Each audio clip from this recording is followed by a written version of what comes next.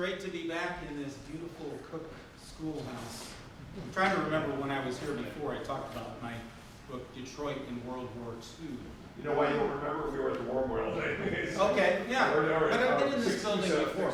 Well, maybe we did. Maybe we did it here. I don't recall. Thank you. But, well, thank you for, I'm honored to be back to talk. I keep writing books and they keep, nice to see you, Chris, by the way, my student. And did you bring some of your young students? Yes, we do. Yeah. They're shaking up the demographics. We've got some really young people. Welcome. Yeah,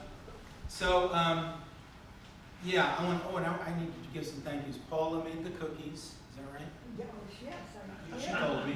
her stage name is Pepper Sharp. Packaging was very difficult. You did a great job. So, yeah, good job. So your overlong introduction has outed me in a couple of ways. Recovering lawyer, but also I'm not from here. I am a Hoosier from Indianapolis, Indiana. Is there another Hoosier? Yes. Where are you from? Crown Point, Indiana. I love Crown Point. Way up in we the call it Midwest. the region. Yes, you So, got it. We don't mess with people from the Nope. region. So it's interesting. I'm a Hoosier. I did not grow up in Detroit. I wrote a book about Detroit during the Second World War, all aspects of living here, and it's so fun to do. But I never actually, had a Maurice salad at the Hudson's Diner. I never rode a Bob Lowe boat. Fago meant nothing to me, Burners. But I've been here since 93. You would think 30 years, basically. Occasionally I will lapse into my Hoosierisms, for instance, driving over here on the east side. I hung around mostly with West Siders when I first moved here. I crossed a street, I think you call it Gratiot Avenue.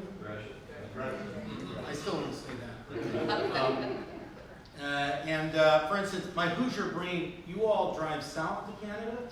Yes. My Hoosier brain can't compute certain things about the planet Detroit. Anybody else not from this area? So you know what I'm talking about. It's its own planet. I actually think, though, we outsiders maybe appreciate things about Detroit, about Southeast Michigan, about Michigan, that the natives kind of take for granted, like driving south to Canada, for instance. So, it's kind of ironic. I keep writing books about Michigan, and I am not from. So I've disclosed, full disclosure on that. Basically, I think it was 2014, I got a call from the History Press, which puts out regional history books around the country. And do you still have a Barnes & Noble? Bookstores are on the way out. If there was a regional shelf, it would have our. They called me and said, we need somebody to write a book about Detroit in World War II. And I said, oh my gosh, the arsenal of democracy, Rosie the River, civil defense drills, rationing, all that good stuff. I'll do it. And I loved writing the book and talking to people about it after I wrote it. And then they called me, the editor, and said, you got any more ideas for another book? Dangerous question. And I said, as a matter of fact, I do. I discovered in writing Detroit in World War II that there were these Italian prisoners of war living mostly at Fort Wayne, down by the Detroit River, but also the fairgrounds. And I give them 2-3 paragraphs in this book. I said, how did they get here? Who are these guys? And why are they so darn happy, these Italians? That one I figured out. They were kind of rescued from the desert in North Africa in 1943. I said, I discovered in looking into it that the Italians in Detroit were part of a network of 32 camps around the state of Michigan. Around 6,000, mostly Germans, but also Italians, like in Detroit, were brought over from North Africa, from Italy, Sicily, from France, and so forth, in the latter couple of years of the war, brought over to the United States, housed here under what I would call minimum security conditions. They tried to weed the bad guys out, the Nazis and the fascists and the bullies. They brought over young guys who mostly didn't cause trouble and did a major job in helping us with our labor shortage during World War II, doing agricultural jobs around the state. In the city, I think the Italians were a regular sight, riding on trucks, going back and forth from the State Fair to Fort Wayne, working on, parks, working road work, kind of WPA, CCC type jobs. They were a normal part of life in wartime Detroit. 32 camps, around 6,000, mostly Italians, but also, mostly Germans, but also some Italians. And this was part of a network of 500 camps around the United States, which we brought over, I think, almost a little over 400,000 were brought over. It's a major story. And first thing I want to ask you guys is, did you know? How many of you knew that there were prisoners of war in Michigan during World War II? This is not a normal crowd. Usually nobody knows about this. We'll do some Q&A later, and if you've got a story or how did you know?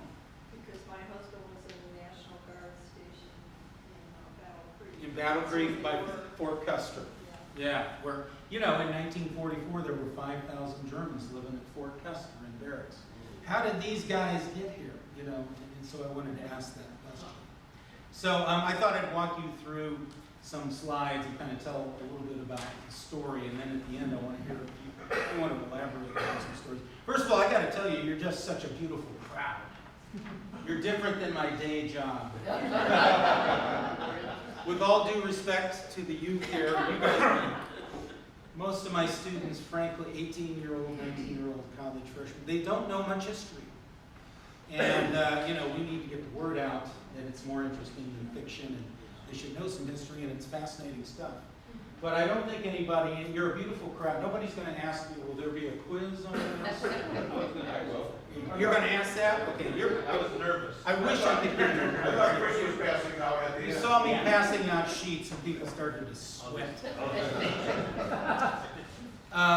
So, the fun part of this, and they gave me the green light, and so I wrote a second book, which was equally interesting, equally filled with the human stories that I think are what make history really interesting.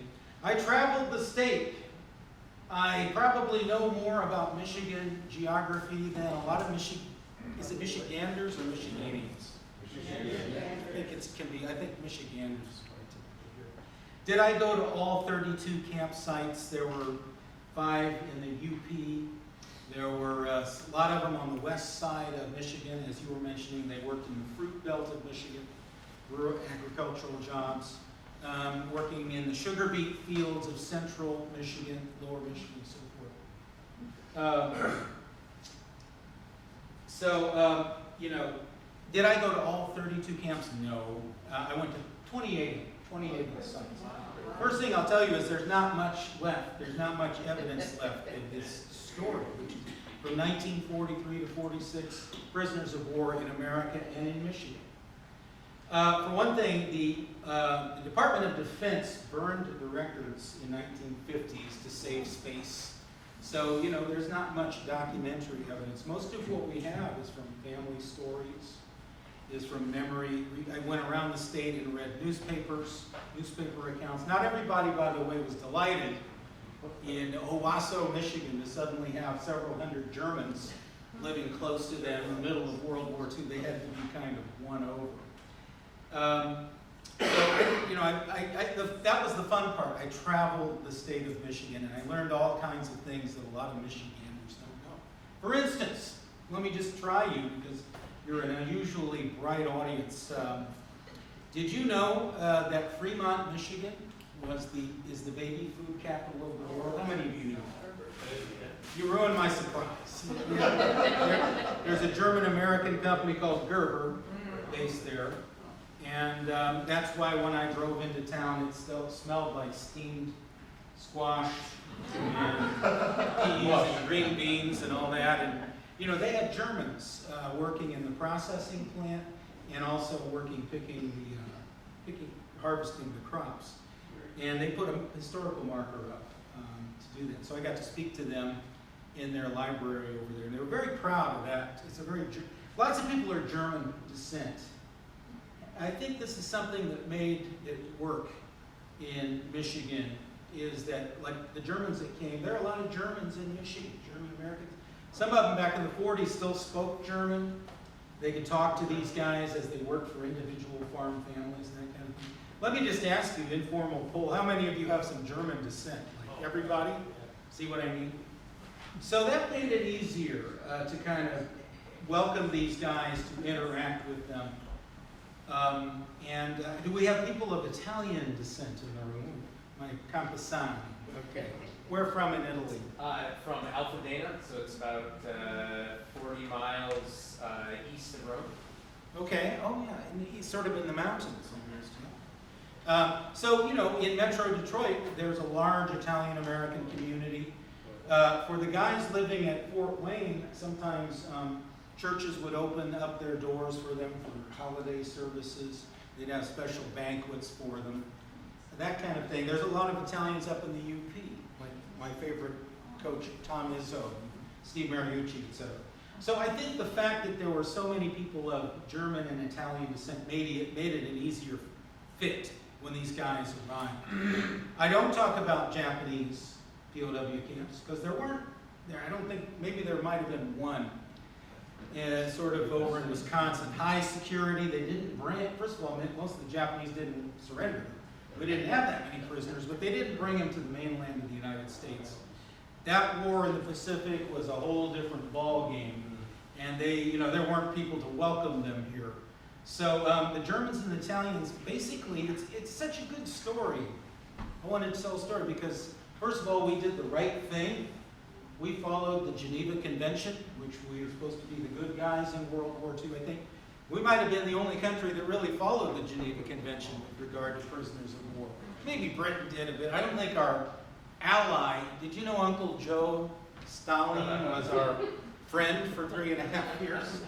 And we needed him, I guess. But we followed the Geneva Convention. We treated these guys with humanity. And here's the best part of the story. Probably out of the 6,000 who came to Michigan, maybe a third of them, they all had to be sent back. They all had to be repatriated at the end of the war. Some of them didn't get back until 1946. There was a lot of red tape. There were other priorities. But about a third of them came back. Most of them came back to visit. Oh, I want my family to meet the guard. He was a character who used to take a nap at 2 in the afternoon, and we would gamble, and you know, they got along with the families that they were with. About a third of these guys came back and became American citizens. They loved America so much. And it wasn't because of some democracy class. They could take classes and how a bill becomes a law. What made them fall in love with America was how humanly, decently they were treated by the people they worked with, the guards. It wasn't a perfect system. There were conflicts, there were problems. But for the most part, we did the right thing, and it's the proof of the success. It's a great story to find out how they were so grateful that they were treated well, and they liked what they saw of America. I'll give you a teaser before I go to slides. So I'm a Hoosier. I've established that. I've come clean with you. Give me a map test. I actually, in researching this book, I always like to give a little teaser. There were camps in the... I made the journey to this fabled, mythical place. Long drive. It's called the Upper Peninsula. The UP. The minute I crossed this long bridge, I suddenly needed translations. You know, Uparese or something? What are these people talking about? I went there one time in the summer of 2016. Why did I make this long journey? I was in search of my holy grail, which was a lot of the camps disappeared. They were temporary camps. They were tent camps. Some of the buildings were torn down. Civilian Conservation Corps camps, university dorms, wherever they could put these guys. I was told that there was a guard tower up in a town called Sidnaw, Michigan. I heard an oh yeah. Does somebody actually know where Sidnaw is? Well, how do you know where Ford Sidnaw Motor Company had a sawmill there. That's the only reason. Sawmill, yeah, okay. Ford was big in the UP. Yes. I was told that there was a, you know, they had unearthed one of the 2 guard towers from the CCC camp that housed the German prisoners. And I said, I'm going. I loaded up the car. I made the drive. You go to what? You go to Marquette and drive about 2.5 hours through trees. And I got there on a Sunday afternoon to look for the guard tower. Did I find the prisoner of war guard tower. You have to wait. You have to wait. See, that's the teaser. Oh, my holy grail. Did the guy find it? Okay, let's see if I can get this for you. So basically, the story is this is a rough map of the 32 camps around the state of Michigan. I don't know how well you can see that, but you can see kind of the fruit belt of the western side of the state. I think this is sugar beet country. Yeah. I learned a lot about sugar beets, Michigan sugar beets. And then you've got some stuff up in logging and pulpwood mills. Paper and pulpwood was a very strategic resource during World War II. Under the Geneva Convention, these guys could work. They couldn't be forced to work. They had to work in safe conditions. They even had to be compensated a little bit for their maximum hours. But 95% of them wanted to work to pass the time, and they did a really good job at a time when we had a bad labor shortage in the state. So you can see the rough distribution of the camps around the state. Let's see. All right, now, oh, I got to point it this way. Well, some of you probably know more. Get back up there. There we go. Some of you probably know more about World War II in the big picture than I do. But I would say, and wouldn't you agree with me, that 1943 was the turning point year, the year that we begin to finally move toward victory after 2 or 3 pretty rough years on our heels, starting to really win victories over the fascists, the Nazis across the Atlantic, and we start to close in on the Japanese. 1943, our first action, many of you know, against German troops and Italian troops was in North Africa, actually. The landings at Operation Torch in November of 1942. 6 months of bloody fighting in the desert. It's not a fun place to do it. Sand fleas, disease, you're fighting the desert fox, Erwin Rommel. We had a pretty green army over the 6 months of the North Africa Desert War in Tunisia and so forth. We had a green commander who'd never commanded men in the field named Dwight Eisenhower. And he made a few mistakes, and we got our nose bloody, the Kasserine Pass and so forth. It was a tough battle, but after 6 months, we have defeated, the Italians were kind of ready to give up by 1943. They were looking for Americans to surrender to. And within a few minutes, they're going, Cigaretta Joe, Cigaretta Joe. And then 2 minutes later, they're going, do you know my cousin Luigi in Buffalo? The Italians by that point had fought, they were pretty sick of the war for the most part. I'm making generalizations. The Germans were still fighting hard, the Afrika Korps. But by May of 1943, we have won in North Africa. There's a newspaper, victory is sweet. We have defeated the Axis in Tunisia. There's a picture of Roosevelt with his cigar chomping, champagne swilling genius of a partner, Churchill. And I think Escanaba's up there somewhere. Not near Sidna. Yeah. So victory is sweet, and we're now ready to move on to Sicily, to Italy. Oh my gosh, Salerno, Anzio, tough battles. Eventually, the big show is going to be Normandy. June 6, 1944. That's one date I require my students to know. We have to know dates. December 7th, 1941, D-Day. That's going to be the big one. But we're ready to move on. Now, we have won victory, and it's good. The problem, it presents problems, logistical problems, big one. There was a thought that if it goes well in North Africa, we might have 80,000, 75,000 prisoners on our hands. In May of 1943, the Americans and the British had over 250,000 people in their hands, Germans and Italians as prisoners. We kept them in open-air stockades, didn't have adequate sanitation, didn't have adequate security. We really didn't have, it was not a good place to keep them. And the question is, where are we going to put all these prisoners? Many, many more than we thought. The British said, we've been fighting for 3 years longer than you. We're full. We don't have any room. Sorry. So the solution to the problem, and here's a picture of Germans who have surrendered, and they're a pretty beaten up group there. This is not Okay, this is a line of Germans, just to give you an indication of the numbers we're talking about. In North Africa, they're being herded into stockade camps. Where are you going to put these guys in the middle of the war? The solution came from a person, a man who should be a household name today and is not, unfortunately, George C. Marshall, Army Chief of Staff, the man who basically did all the planning for both the war against Japan and the war against the Axis across the Atlantic. George Marshall was a smart guy, and I would call this an example of Yankee ingenuity, killing two birds with one stone. Here's the solution he came up with. At that time, we had these ships, really just tin cans, being cranked out by Henry Kaiser and others, like Henry Ford was cranking B-24s out of Willow Run. We had they called them Liberty ships. They were not very. They were hauling over equipment, food, men, dropping them off in the theater across the Atlantic. And Marshall said those ships are basically coming back empty.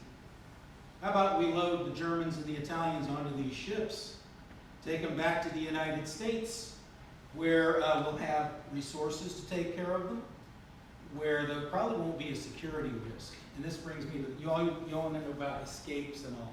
Yeah. Where are you going to escape to in Camp Sidnall in the middle of winter? You know, they're probably not going to be a security risk. But here's the real genius part. Marshall said, we got a terrible labor shortage, particularly in agriculture, in Michigan, around the country. These guys can work and they can fill the gap as we need more people, or we're going to have.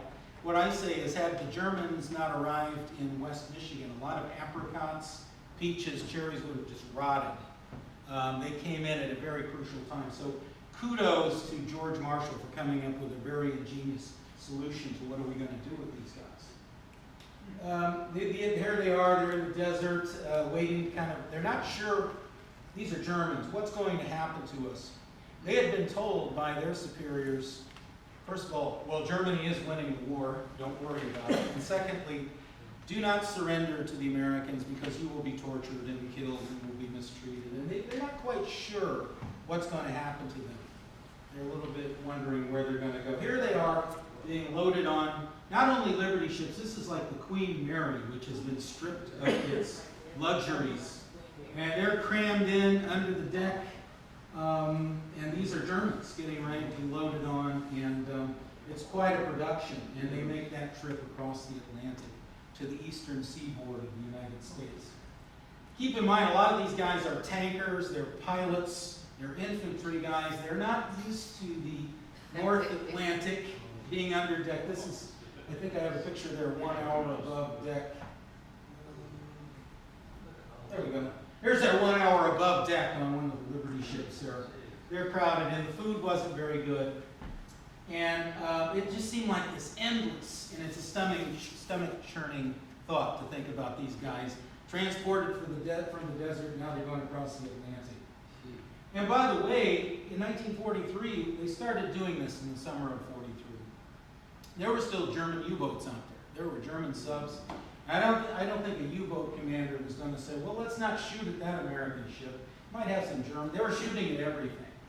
So the Liberty ships had to zigzag across the North Atlantic. It makes my stomach a little wobbly. We don't have water in Indiana, so it's not hard for that to happen to me.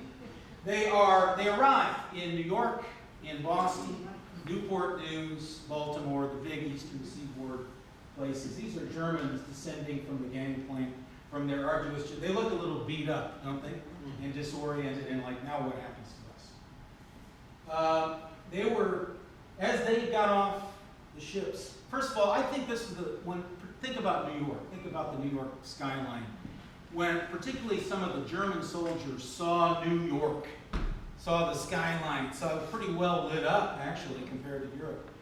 I think this is the first time some of them started to think, you know, we might not be winning this war. Goebbels and German propaganda, Berlin had said that the eastern seaboard cities had been destroyed by Hitler's weapons. Looks pretty intact here. There's a lot of, it's big. Look at all this activity. Look at all this wealth.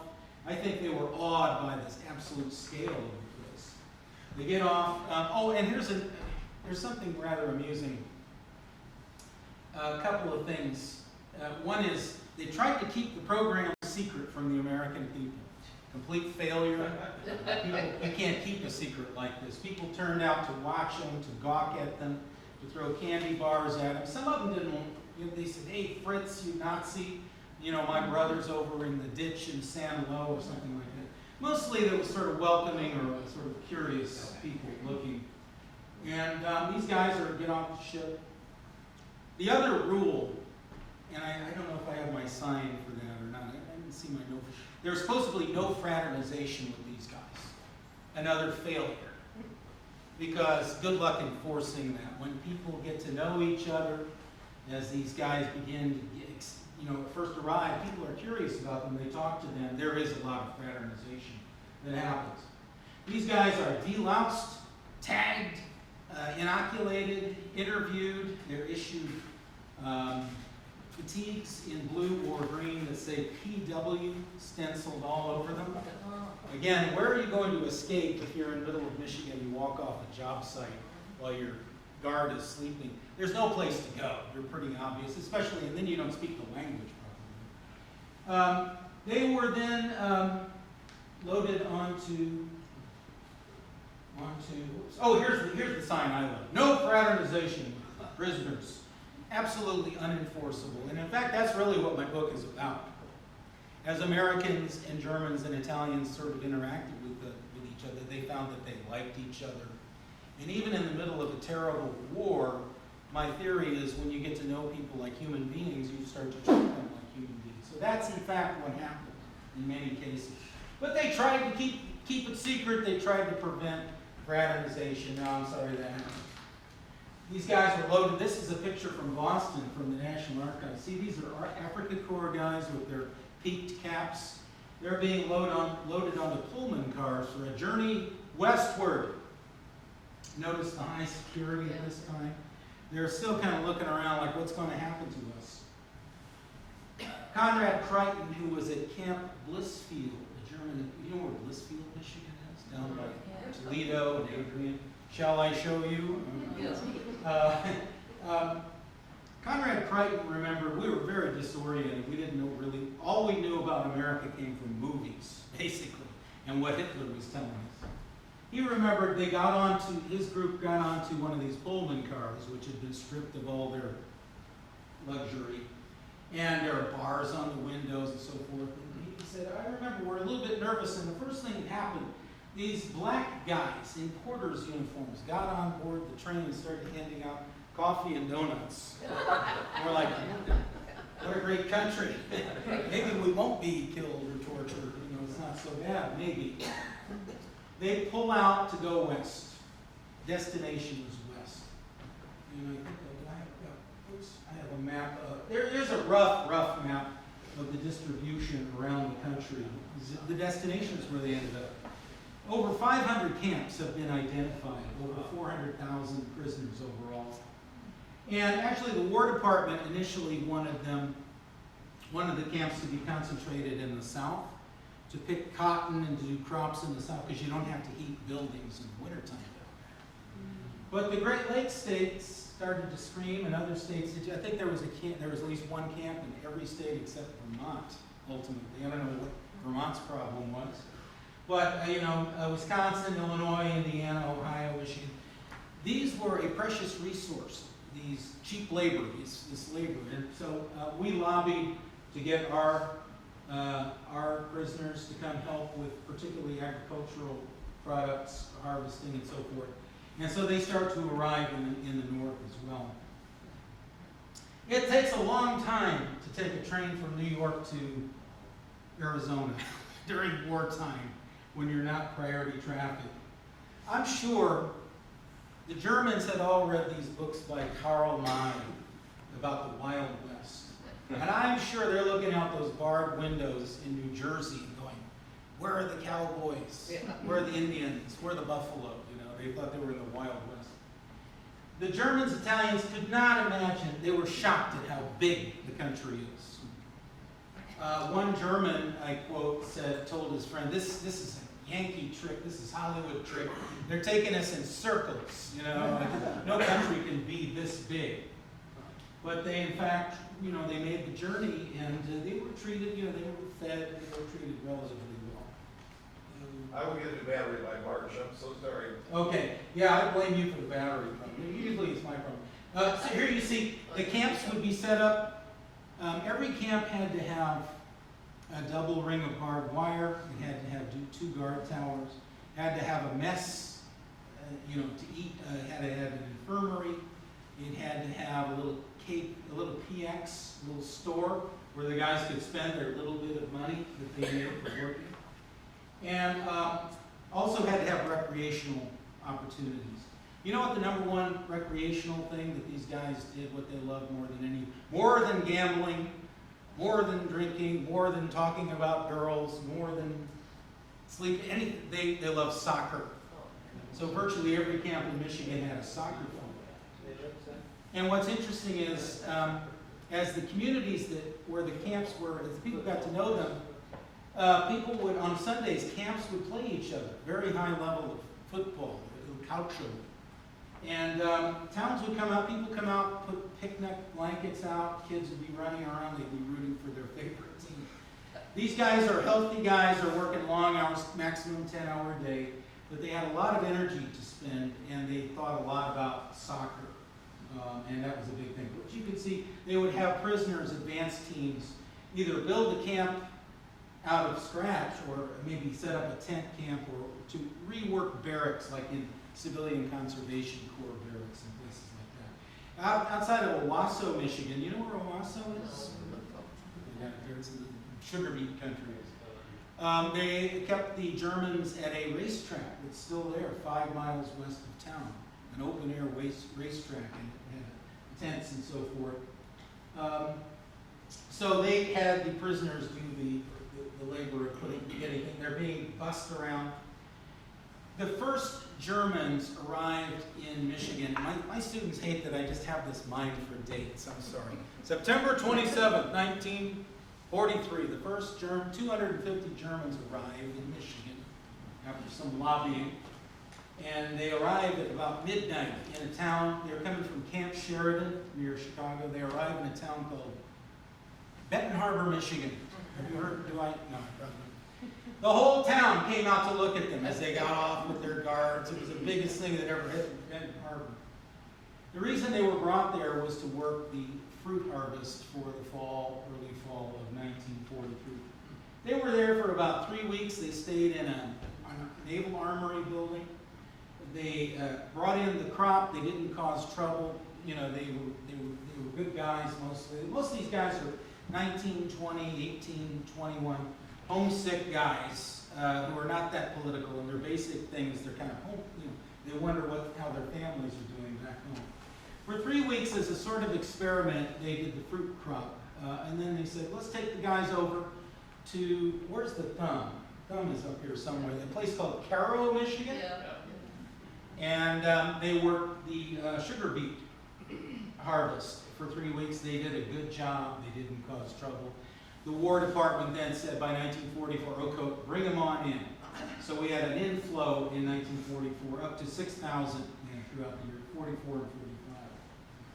By the way, I have spoken in sugar beet country. I've learned about Michigan sugar beets. They were very important in the wartime economy. First I made a mistake. I used to go around and then say, the Germans were put to work picking sugar beets.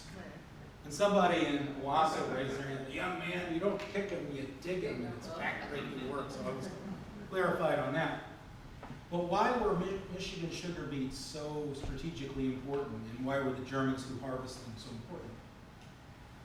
And to show you, my students, or I'll ask you young people, do you know what was rationed in America during World War II? What were things that were hard to get? Butter. Butter. Well, they had oleo. Wasn't that just as good? No. What else? Raw meat. Meat. You had to have coupons to get meat. Some people cheated. There was a black market. So. Coffee. Well, they had fake coffee. Wasn't that good? Fake meat, spam, stuff like that. Gasoline. Anything oil. Tires you couldn't get. Shoes you couldn't. You know, a lot of things were big, ration, were hard to get. One of the things was sugar.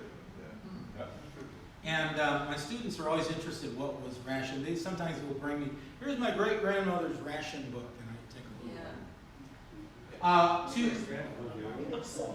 I'm not a skilled poet, but I will give you a short poem about wartime rationing that will help you understand what I'm talking about. Walter Winchell, raise your hand if you've heard of him, columnist in 500 newspapers around the country during World War II and afterward.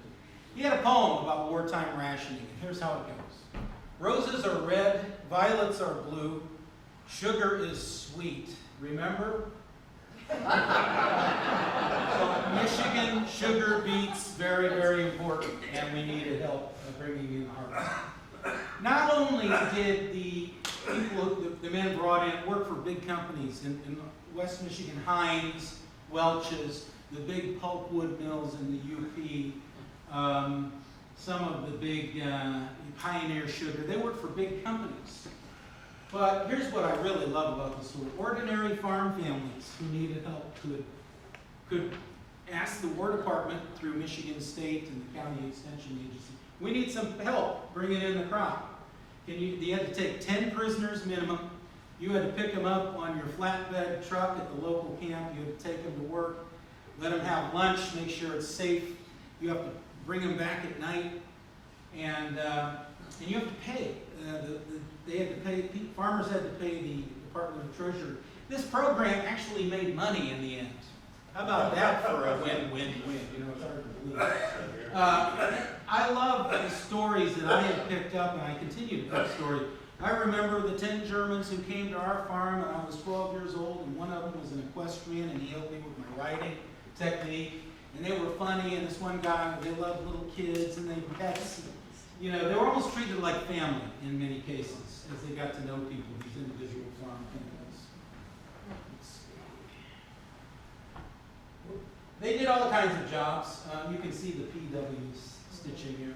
Here's some sort of textile work, probably pretty dusty work. This is not a great resolution picture. This is what picking sugar beets is like, digging sugar beets, I'm sorry. Hard work, but much in demand.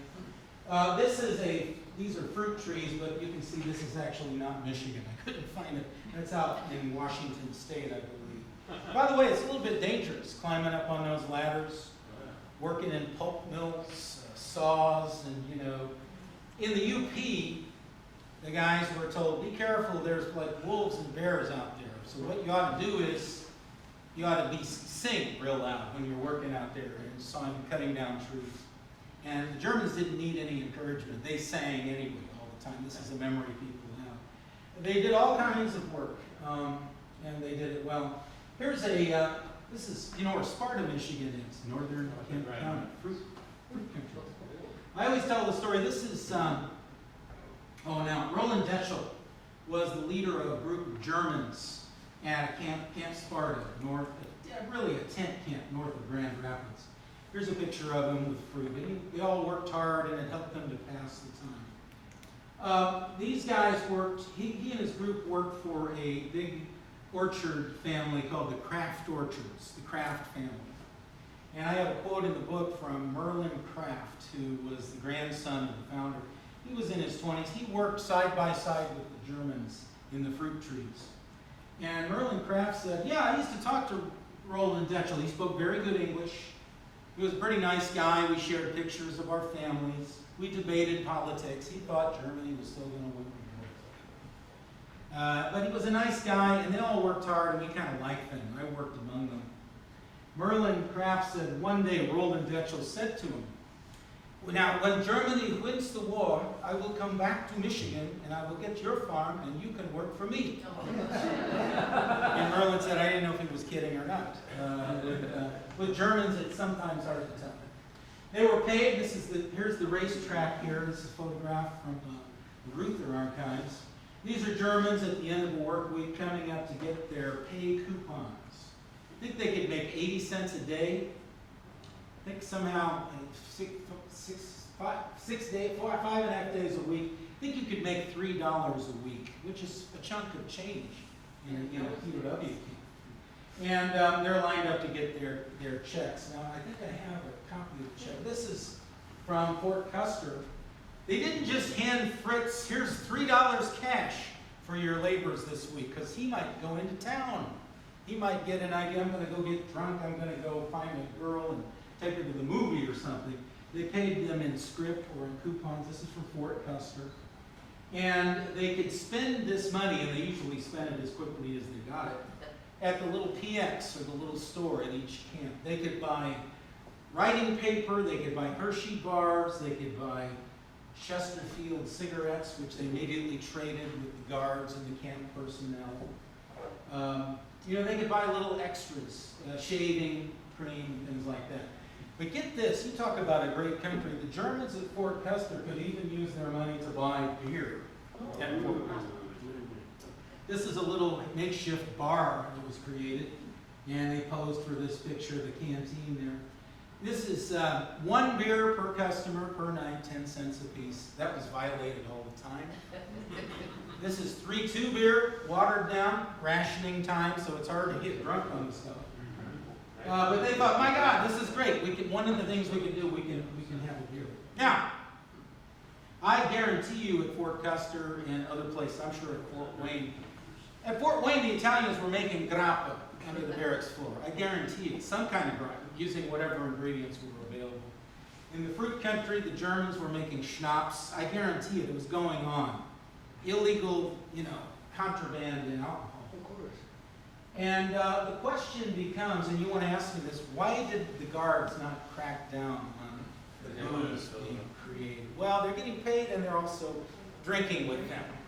They let it go on, they gambled with them, like I said. What can I say about the guards, by the way? There were some really, soldierly guards, spit and polish, but most of them were kind of, let's say, older. Maybe they had a little punch, they weren't top line. Conrad Crichton said, we knew our guard was not, spit and polish, because he had his hands in his pockets when he talked to his superior. He kind of slouched. He took a nap every day at 2 p.m. while we're working in the fields, in the trees over there, Camp Allegan. You know where Allegan is. In fact, Conrad Crichton told a story. He was at Blissfield for a while, and he was at Allegan. He said, we played a little joke. We let the guy take his nap every day. That warm, beautiful September sun, minimum security. Where are these guys going to go? They're not going to cause any trouble. Conrad Crichton said, our guard took a nap every day about 2. And we kind of helped him out. If we saw the commandant from the camp driving up in the Jeep, we kind of woke him up and got him together and all that. And he kind of let us do our own thing. He wasn't have a gun on us or anything. So Crichton said he was a captain in the Wehrmacht. He was a real soldier, not a Nazi, but he said, we knew these guys really weren't hardcore spit and polish soldiers. We decided to play a joke on our guard one day. He was taking his afternoon nap, snoozing. I could picture the helmet over his eyes, and he's kind of lying there. Crichton said, I had a couple of my men sneak up beside our guard and pull the rifle away from him, slip it out, and we took it apart into multiple pieces, put it in bushes all around the area. And then another one of my men started tossing pebbles at the guard. Dink, dink. And by about the third one, he wakes up, oh my gosh, where's my rifle? I'm in big trouble. Where's my rifle? I don't like to use words like ransom, blackmail. They said, we know where your rifle is. What can I say? They made a bargain. They had all the Hershey's chocolate they could eat for the next 2 months. They said, we'll give it back to you. So Crichton said, so we gave the pieces back to the guard. Nice guy. And he couldn't put it back together. So we did it for him. So this gives you the flavor of the interactions with them. And they were participating in this kind of activity. So, let's see. The mess hall, they were very basic. There was a lot of food in Michigan. One reason we treated these soldiers well, we hoped our guys in prison camps in Germany would get better treatment. Didn't really work out that way. Most of our guys lost a lot of weight, and it was very bad conditions. These guys gained weight a little bit, and some people felt they were being, as I go around the state, I'd say, these guys are being coddled. Actually, the word is mollycoddled. If I read that in one letter to the editor in a little town in Michigan, I read it 100 times. It's like the Waldorf Astoria. Actually, that's the mess hall at Fort Custer. There was plentiful food, but it's pretty basic conditions. And there are some other pictures from Fort Custer.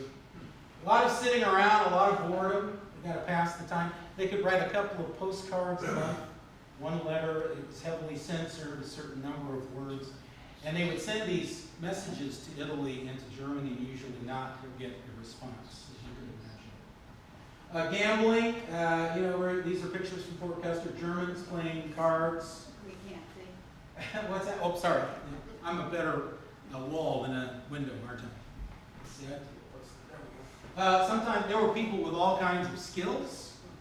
There were musicians. I found an opera singer over by Niles, Michigan, who did a little concert every lunchtime for the family they worked for and for the 10 Germans sit out in the yard. This is a band that was formed at Fort Custer. There were woodworkers, haberdashers, carpenters, people with all kinds of skills.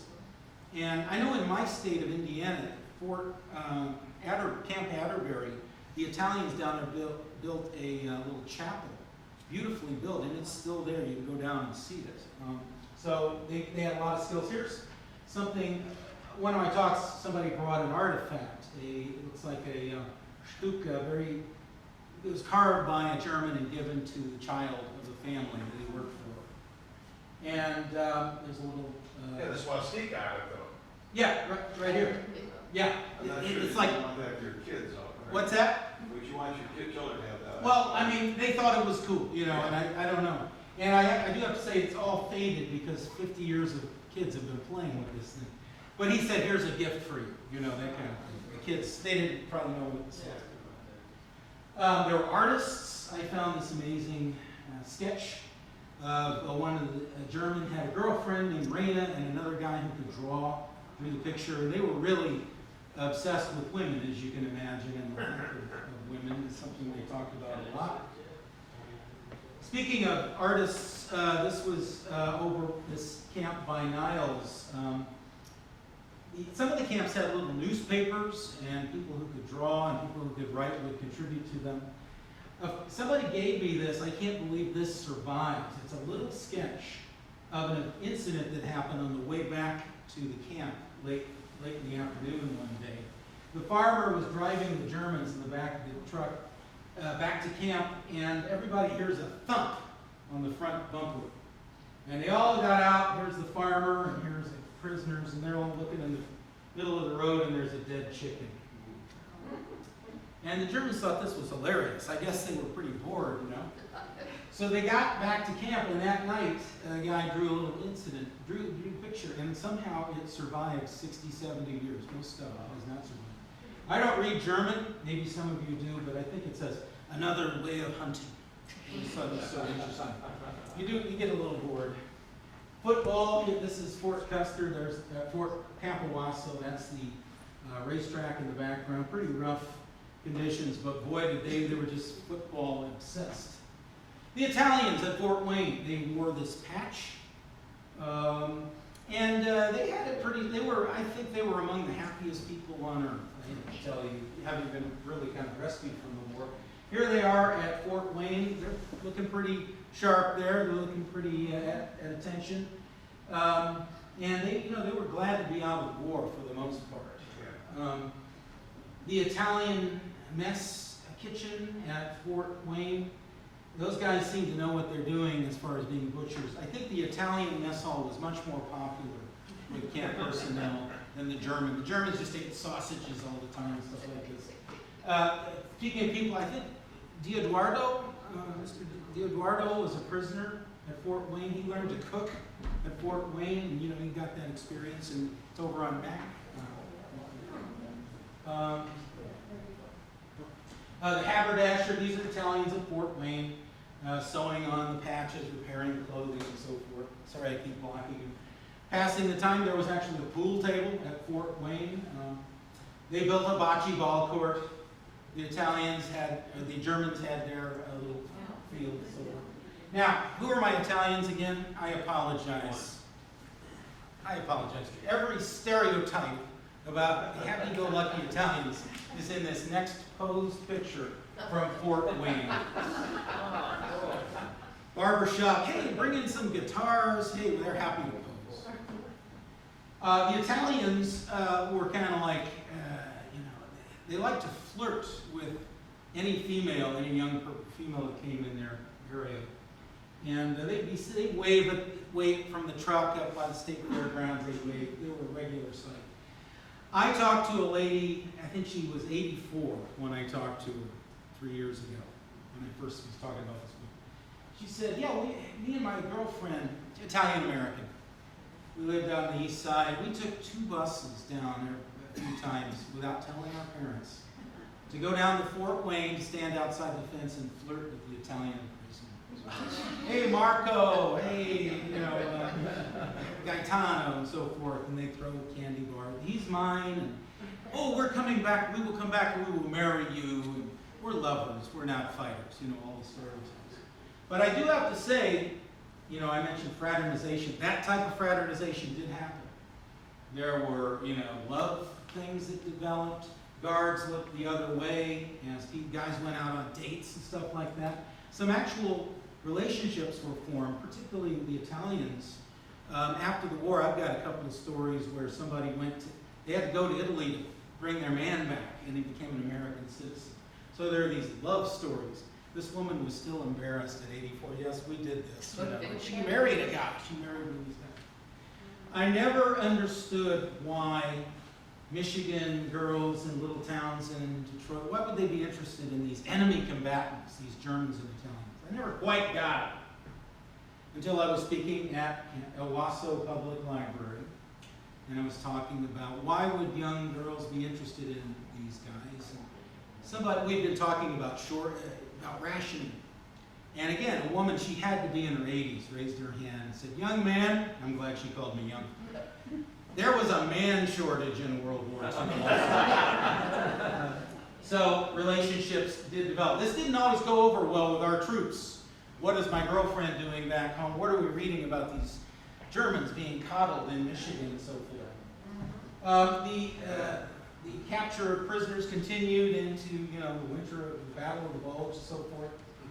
This is a picture from Fort Custer. These guys, the Germans particularly, didn't immediately become democracy lovers. They didn't abandon their training. Here's a guy proudly saluting the Nazi salute. Some of them thought Germany would still win the war right to the end. Some of them celebrated Hitler's birthday in secret on April 20th in the back of the barracks. I've come to the conclusion this was pretty much just their training. Most of these guys were not particularly political, but I just wanted to show you, yes, they were Germans. And some of them did try to escape. And usually they were captured very, very quickly. There were very few efforts. Where are you going to go? And again, they were so disoriented as to the scale of the country. One guy walked off a job near Hart, Michigan. He just walked off, nobody was paying attention. He was walking along a county road, and he was picked up within an hour. There's a guy wearing a POW outfit. And so the people who picked him up, they said, what were you thinking walking off the job? And went, well, I have a cousin in South America, in Argentina. I thought I could get to him.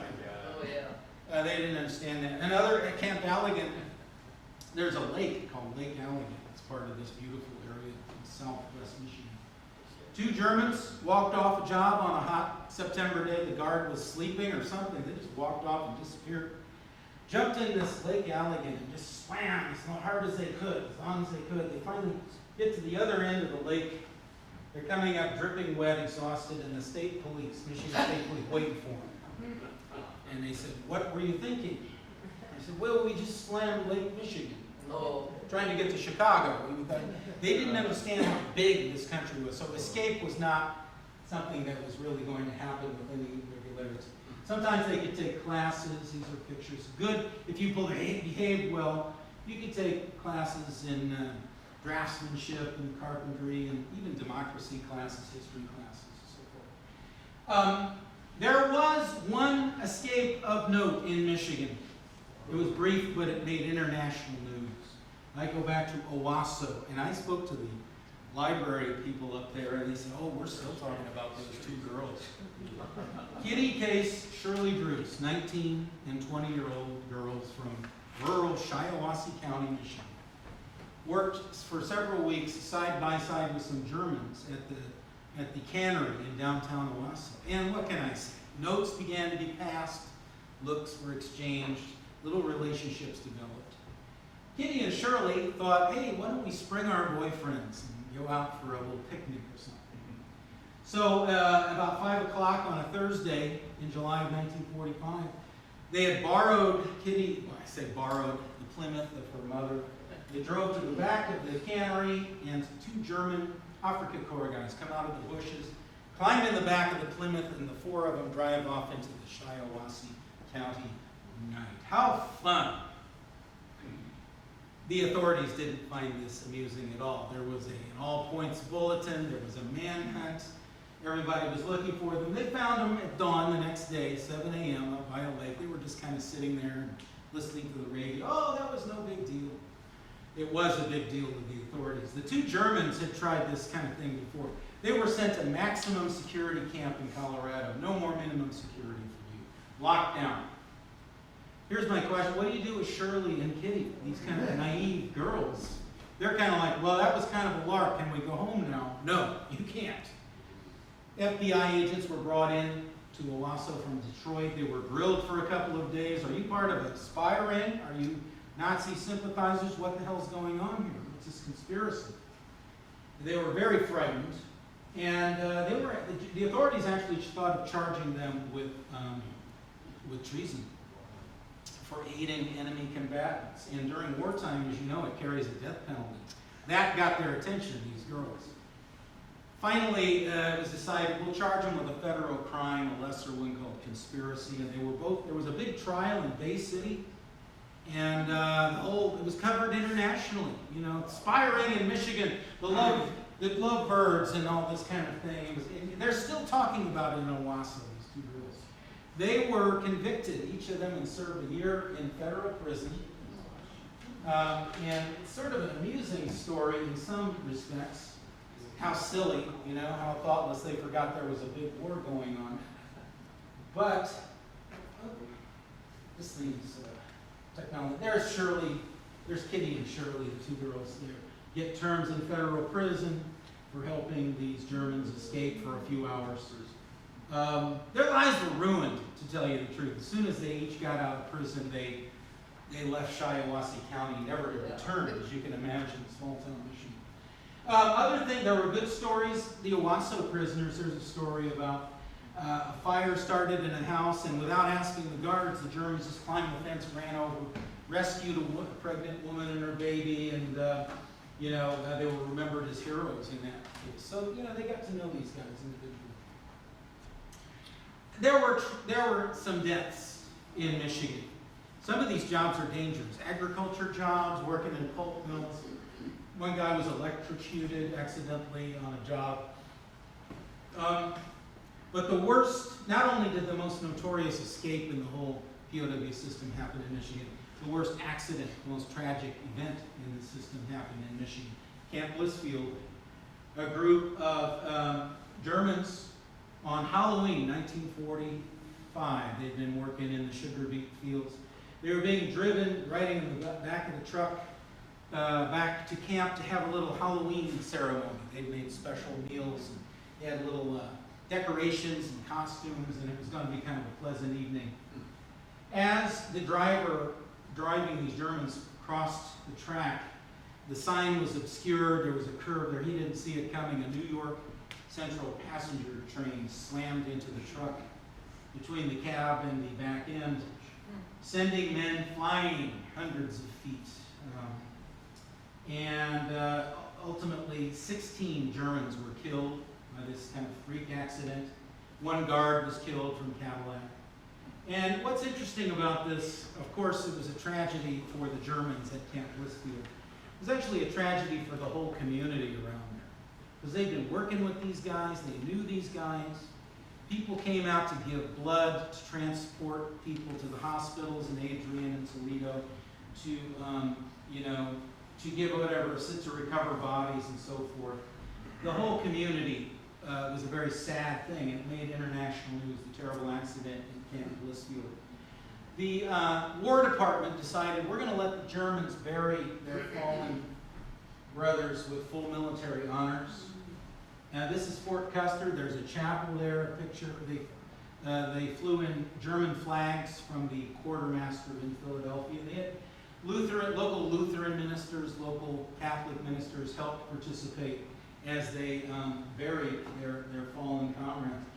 16 died in that one accident. 10 others died. A couple of them of natural causes and others of small accidents. What's interesting about the Germans who were killed at Blissfield and the other 10, they're still there. They're at the Custer National Cemetery. Who's been there before? Beautiful place. You must pull off of 94 when you get near Augusta, Michigan. Did you go back to section B? Did you see this row of 26 German headstones? Most people don't know about it. And this is a picture I took. It's like, if you didn't know the story, you would know, how did these Germans get an American cemetery? They were buried there, and after the war, their families decided to leave them there. So you go there and you see German names, and they're usually 19, 20 years old. 16 of them were killed at Blissfield. What I like, a nice part of the story, when enemies kind of dropped their hostility toward each other. In 1953, a German veterans group approached the local American Legion in the VFW around Augusta, Michigan, and said, can we do a little ceremony for these guys buried so far from home? The Germans have a day called Volkstrauertag, a day of mourning for fallen soldiers. And so they started an annual ceremony, Americans and Germans. I went to it one time. It still goes on the second Sunday of each November. And they remember, when I was there, the German consulate man came from Chicago and gave a speech. There was a busload of relatives who were, these were distant relatives. It's quite a moving event. You should go sometime. Is there a plaque there? There is a plaque. Yeah, there's a plaque, and this is a program from one of the first ones they did. If you go to the Custer Cemetery website, you can find out about this. It's really powerful. I mean, it's really interesting to watch this happen. This is one of the dead, of the 16 dead Germans. This is Rolf Arnold. Can't really see his headstone very well. I don't know, how old do you think that fellow is? It's like he doesn't look to me like he ever shaved, And so he's buried at Fort Custer. It's very tragic. Eventually the war does end. These are Germans, kind of shocked. Some of them still shocked. They thought Hitler would come up with some last-minute way to save the war. Others were just glad it was over. And they started talking about, when can we go home? It took a long time to decommission these things, to get everybody rounded up, to ship them back to the East Coast and then ship them across the Atlantic. And the process took, I think the last German left Fort Custer in April of 1946. And can you imagine what they went home to in Germany, what they went home to in Italy? Rubble, many of their family had been killed. You mentioned, Mike, letters. This is a letter from a former German POW to the family he had worked for in Michigan, saying thank you for the wonderful treatment, and could you please send shoes? Could you please send some canned goods? These relationships, many of them continued after the war.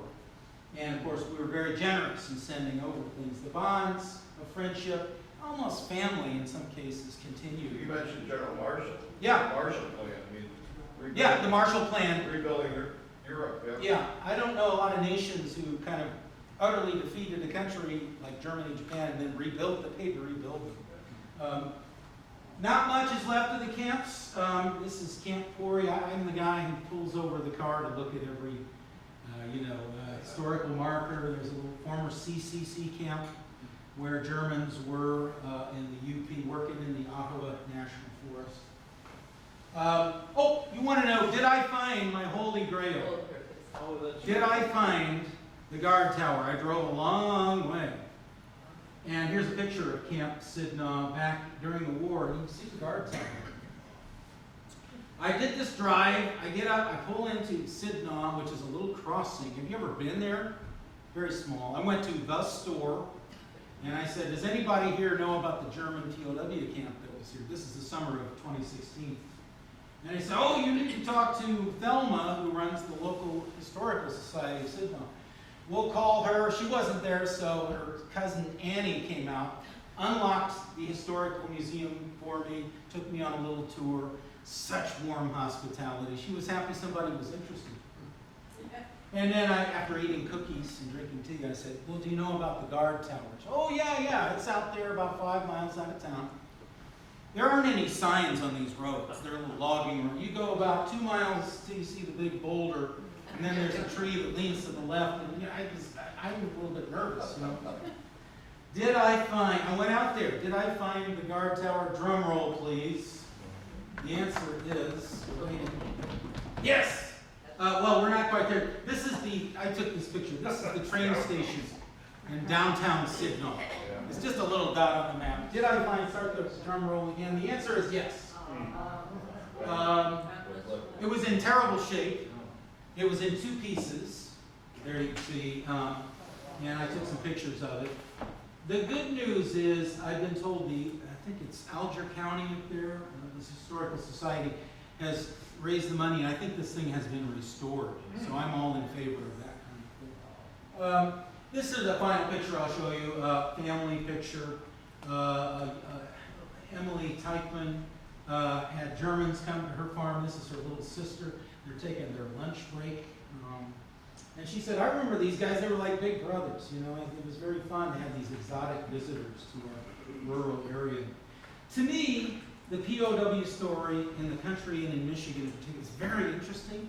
It's one that you feel good about, and unlike this room, most people know nothing about it. So, I just found so many interesting stories. I have a 5-hour talk. You want me to give the shorter one? Okay, I'll give the shorter one. Who has a memory? Mike, do you want to elaborate on I'd like to hear if anybody has a knowledge. Yeah, please, if you've got any knowledge, and of course, as Greg had me add, books are for sale, and I think everybody in this room needs to take a book home and tell their family or give a gift of a book. They make great stocking If you've got stuff. questions, please raise your hand. And Who else knew about camps? story, yeah. Who else knew that there were POW camps? Or does anybody have a story to relate? How did you know about it? Just when we discussed that museum. Oh yeah, the museum in East Point. Yes. They had a board with Michigan and. Yeah. But I had no idea. That was news to you when you saw it. Absolutely, that was just recently. They let me take some of my pictures, that no fraternization sign is there, which I laugh at every time I see it. Human being, people are gonna be people. You can't keep people from I have fraternizing. a question Yeah. about Indiana. Okay. In the middle of the state, I was told there's a major military museum. Crown Point, I'm sorry. Yeah. Military, there's a museum, a tactical vehicle museum in the middle of the state. I really don't know what that would Yeah, be. it was a museum that was purchased from Belgium, and it's really You know, a lot of vehicles were produced in Indiana. We're sort of an offshoot of Detroit, really. There's Grissom Air Force Base, which I visited, which is I don't know which one you're talking There about. used to be the Cruise Military Museum, Cruise Auction House in Auburn, but it's closed now. In Auburn, Indiana? Auburn, Indiana, yeah, but that's no longer there. That was all military vehicles. They had a German half-track in there. But, Wow. this is a pretty big. Yeah, I'm embarrassed that I don't know. Do you know? No. You're not gonna bail me out, are you? No. My fellow Hoosier. Who else has a comment or a question? I got a question. Since POWs at Fort Wayne, which is in the Delray section area of Detroit, Yeah. which is pretty close to the Fort Rouge plant, could there have been some POWs working at the Rouge plant when they had maybe some S&T problem? My answer generally would be no, because another thing in the Geneva Convention, they were barred from doing, prisoners were barred from doing war-related work. Okay. And, I don't think you want Germans working at Willow Run or the Packers. So I don't think they wanted them there. They did things in agriculture, they did city jobs. They did a lot of jobs, but they didn't work in war plants per se. So I don't think there were any that were. Okay, Zug Island is right near Fort Wayne. Zug Island, yeah. Was Zug Island part of a war plant? I think that was really just kind of commandeered by the War Department. That was wartime, I would think. I don't think, steel. I don't think the Italians got near there. They were doing, they were picking up litter in parks and stuff like that. A lot of your pictures of these guys, Africa crossed in the Liberty ship. Yeah. A lot of them had uniforms.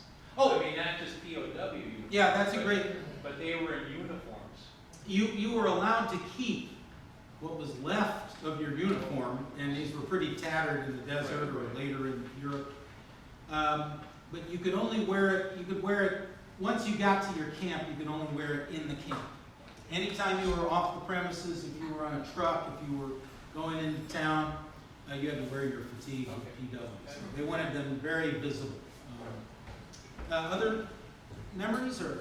I think I remember correctly, in your first book, you tell a story of a German POW who swims to Belle Isle? Or You're thinking of Max Steffen and Okay. the restaurant. Oh, there was a German Air Force, a Luftwaffe guy who escaped from a camp in Ontario, made it down to Windsor, swam across and made it to Detroit. That's sort of in the first book. It's a different story, but he made it across, and for several days he just walked around Detroit. And Max Steffen and these other Germans said, "Hey, we're going to take you to the bar and show you all." It's a Luftwaffe officer, for God's sake.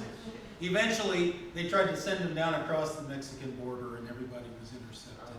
I think Max Steffen is the famous, notorious restaurateur who was given a death penalty, and I think President Roosevelt commuted it or something. We had another spy case, but it really wasn't. It was sort of a joke. But it is amazing. World War II is so interesting. You're going to have millions and millions of separate stories. There's a Luftwaffe captain who made it down to Windsor and walked around Detroit. Maybe they took him to a Tigers game. I don't even know. Everybody had a different war, and so we'll never stop writing about World War II or thinking about it. Other comments? Anybody have memories or I heard? presume all POWs were men. Sorry? I presume they were all men, the POWs. Yeah, all entirely men. Yeah, I do not know of any females who were captured. So yeah, that's another great question. Some people did point out things like there was a controversy I read in some papers. We were rounding up Japanese Americans, a lot of them citizens, and putting them in camps out west. That really didn't affect Michigan very much. But some people were saying, hey, we're treating these guys better than we treat American citizens. African Americans are going through segregation and so forth.